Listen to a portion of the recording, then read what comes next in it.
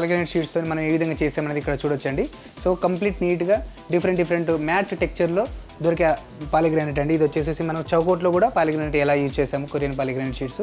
అదేవిధంగా వాల్స్కి కాకుండా మనము డోర్స్కి కూడా యాక్రిలిక్ షీట్స్ ఎలా యూజ్ చేస్తున్నాము.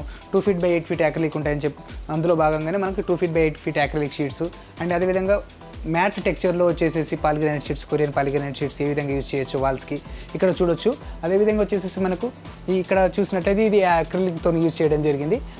Complete plain acrylic sheets with combination of acrylic sheets and polygranite షీట్స్తోని వాల్స్కి కానీ సీలింగ్కి కానీ చేస్తే ఏ విధంగా ఉంటుందో చూడొచ్చు.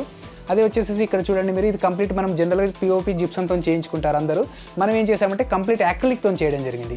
సో వుడ్ బాక్స్ చేసేసి దానికి యాక్రిలిక్ యూజ్ చేసాము. సో ఎక్కడ పెయింటింగ్ అనేది లేకుండా మనకు వాల్స్కి సీలింగ్కి ఎక్కడ కూడా పెయింటింగ్ లేకుండా కంప్లీట్ డబ్ల్యూపీసీ కానీ పాలిగ్రానైట్ షీట్స్తో కానీ చేయడం జరిగింది. ఇక్కడ చూడొచ్చు బెడ్రూమ్ డోర్స్కి కానీ మెయిన్ డోర్స్కి కానీ ఇలా ఈ విధంగా యాక్రిలిక్ షీట్స్తోని. అదేవిధంగా ఇప్పుడు చార్కోల్ షీట్స్ అన్నాం కదా, ఈ చార్కోల్ షీట్స్ వచ్చేసి పూజా వాల్స్కి కానీ బెడ్ బ్యాక్ సైడ్ కానీ సోఫా బ్యాక్ సైడ్ కానీ ఏ విధంగా యూజ్ చేసుకోవచ్చు. అదే పూజా రూమ్లో కనుక మనం యాక్రిలిక్ షీట్స్ ఏ విధంగా యూజ్ చేయొచ్చు. సో ఇక్కడ ఇవన్నీ పూజా రూమ్స్ కానీ బెడ్ బ్యాక్ సైడ్ కానీ సోఫా బ్యాక్ సైడ్ కానీ ఇవన్నీ మనం వాల్ క్లాడింగ్ కానీ సీలింగ్ కానీ డబ్ల్యూపీసీ కానీ అన్నీ మనము ఈ విధంగా యూజ్ చేయొచ్చు అనమాట.